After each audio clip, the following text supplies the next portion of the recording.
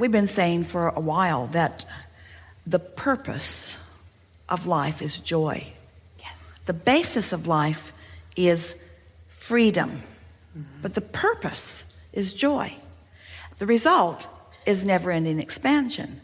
But people get that all mixed up. They think the purpose is expansion. So they think the purpose of life is expansion, therefore I should try and offer effort at all costs. When their goal or their purpose is expansion, then they disconnect from their awareness of their guidance system.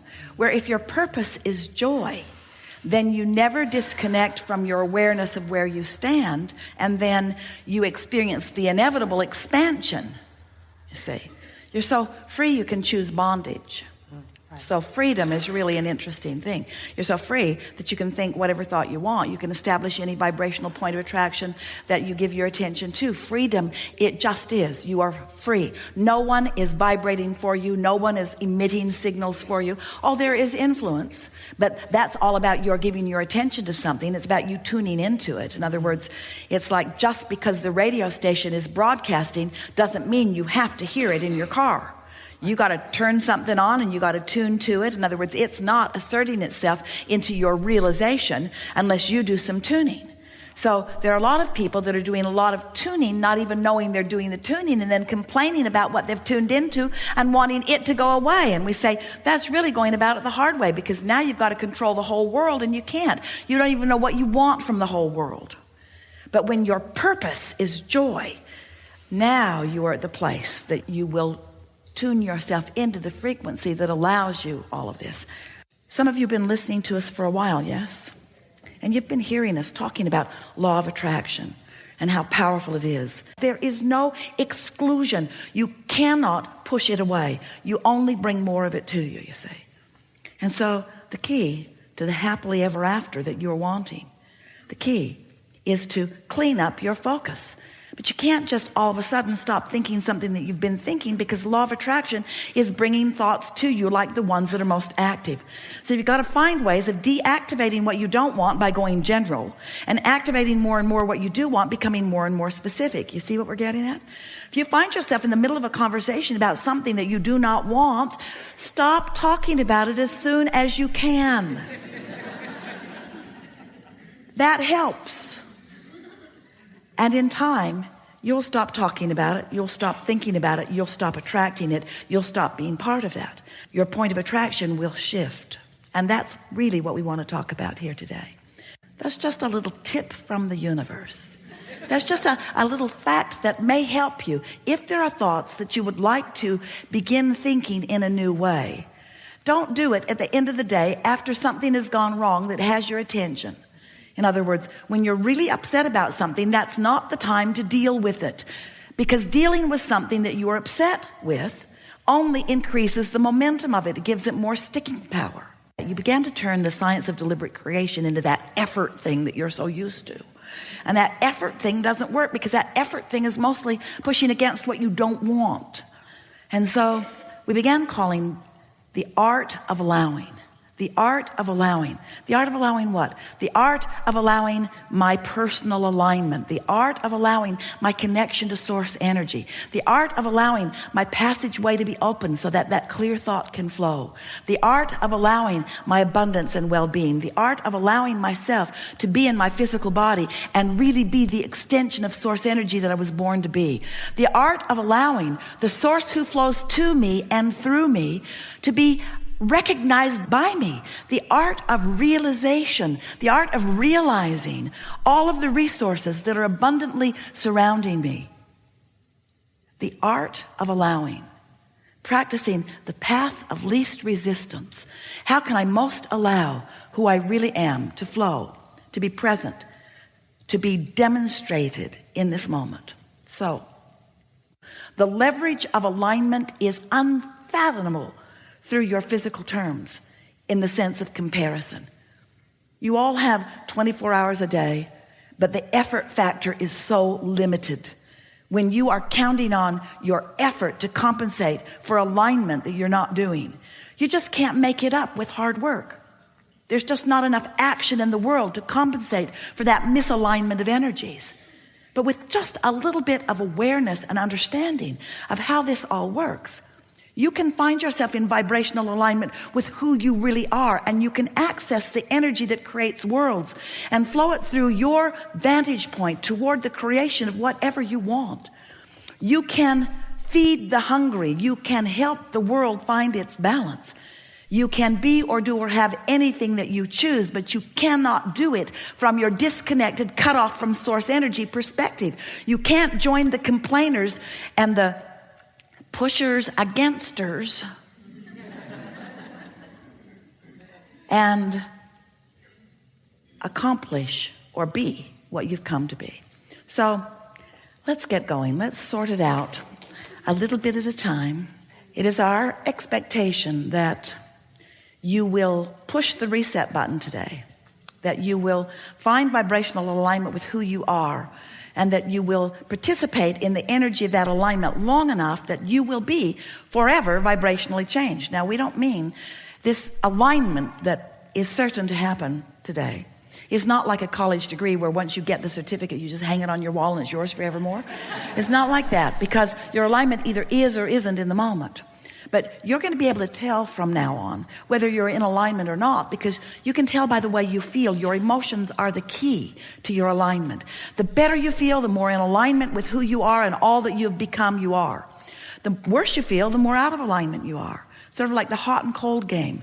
Kate wanted to play that with Jerry and Esther when she was really little. They played it in a big building. She would hide something in the building, and then she would give them clues so that they could find it. You're getting warmer, she'd say. You're getting warmer. You're getting warmer. Getting colder. And because she knew where it was, and because she gave good clues, they always found it. It was so much fun. Sometimes Jerry would pretend that colder was warmer and warmer was colder, but Kate never let him get away with that. You know better than that. You know what warmer means, Jerry. You know what warmer means. You know. And you know what good feels like, and you know what not good feels like. So stop pretending that you don't know. You know. You know when you feel good, and you know when you don't. So you've trained your mind to be very responsive, and you've trained yourself to be very communicative. And so to just stop communication for momentum is the big subject here. Because when you give your attention to something, law of attraction responds to it.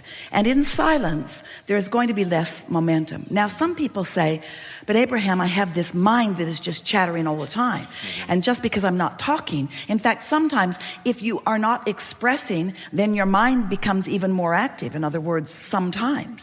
And so when you realize that your goal is, it's not about the action of speaking or not speaking. It's about the finding of the thought or the words or the action that harmonize with who you really are. You see, silent meditation implies something. It implies something that is so contrary to what we know to be. When Esther is in alignment with us, do you find her silent? Not at all. Not at all. When you're in alignment with well-being, don't you want to ooh and awe at the beauty of the surroundings around you? Don't you want to describe them in detail? The only time that silence is ever of value is if you are out of the vortex, if you are in a place of misalignment, if you are beating the drum, if you've got negative momentum. Yes. So if you've got so much negative momentum going on that you need to go stand in a place of silence for a long period of time, then we can see how that would be of advantage to you. But Source wants to express through you. Source wants to laugh through you. Source wants to yodel down the canyon through you. In other words, silence, there's a misunderstanding. And you help us say something very important. Yes, if you got something negative going on, shut up. We love you all so much. But when you are tuned in, tapped in, turned on, be boisterous in your revelations, in your reveling of life experience.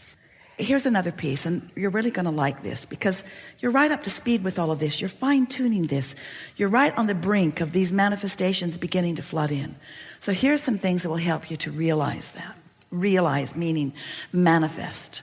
Sometimes we project a thought, and Esther begins to find a word that says, it will be revealed to you. But that's not quite the way we want you to hear it, because it's always being revealed to you, but you've got to be in the vicinity to realize it. So it's the turning of your dial. The revelations are happening. We know where you stand in relationship with everything you want, and we know the path of least resistance to get you from where you are to everything you want, and we're talking about the manifestation. So we're constantly revealing the path, but you got to do something so that you realize the path. And what it is you have to be willing to care about how you feel and not step where it doesn't feel good. So there's some new things that we've been talking about recently that have really helped Esther, really helped a lot of people who are focusing with them. So just follow this train of thought just a little bit. You're right there. Law of attraction and momentum, same subject. Yeah? Trajectory, really good word. Trajectory meaning the thoughts that I have been thinking have carved out a vibrational path on both wanted and unwanted. Yes? Beliefs matter. You were source energy before you were born into this body and still are. So there is a source energy trajectory that is the path that everybody's talking about all the time. Want to find my path, want to find my path. We want you to too. The trajectory, the source energy. But it's not just what source wants in some disconnected fashion from some not really paying attention to who you are. It's this trajectory of all that you've become and all that you've added to it. What you thought about yesterday that you added to that trajectory matters too. So there is a trajectory, there is a path that the source within you is so powerfully focused upon that when you get in the vicinity of alignment, you feel it, you know it, and nothing can keep you from it. Esther began discovering that when we said the words, don't go looking for your path, prepare yourself vibrationally so that it can appear beneath your feet. Feel the difference in that? Your work is to create a vibrational atmosphere or mood that puts you in a place of realization, because your path is all around you. There are 20 or 30 or 40 viable paths to everything that you want around you all the time.